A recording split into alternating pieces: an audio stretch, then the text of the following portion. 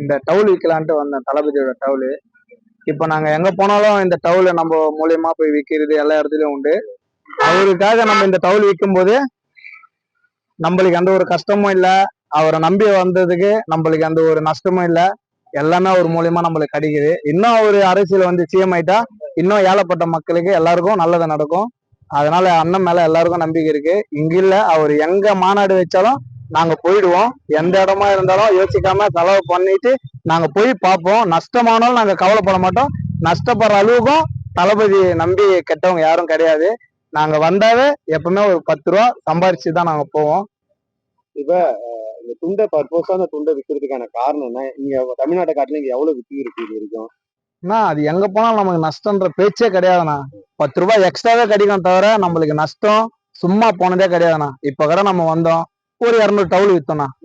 அவரை நம்பி வந்தா நஷ்டமாவதே இல்லை. மற்ற கட்சிகள்லாம் கம்பேர் பண்ணலாம் நம்ம பேசவே கூடாது, அதெல்லாம் வேஸ்ட்டு. நம்ம தளபதிக்காக நம்பி வந்தா நம்ம எப்பவுமே நஷ்டம் இல்லை, லாபம் தானா. இது வரைக்கும் எங்கெங்கன்னா போயிருக்கீங்க? நான் மதுரை போயிருக்கேன், விக்கிரவாண்டி போயிருக்கேன், அதோட இப்போ இங்க வந்திருக்கேன். இந்த 3 இடத்த காட்டிலும் பாண்டிச்சேரியில எப்படி? பாண்டிச்சேரியும் பரவாயில்லண்ணா, பரவாயில்ல. மாநாடு மாதிரி இருக்கு, சின்ன மாநாடு மாதிரி இருக்கு. இங்க பாதுகாப்புனா எப்படி இருந்தது தமிழ்நாடு? அதெல்லாம் பயங்கரமா இருந்ததுண்ணா.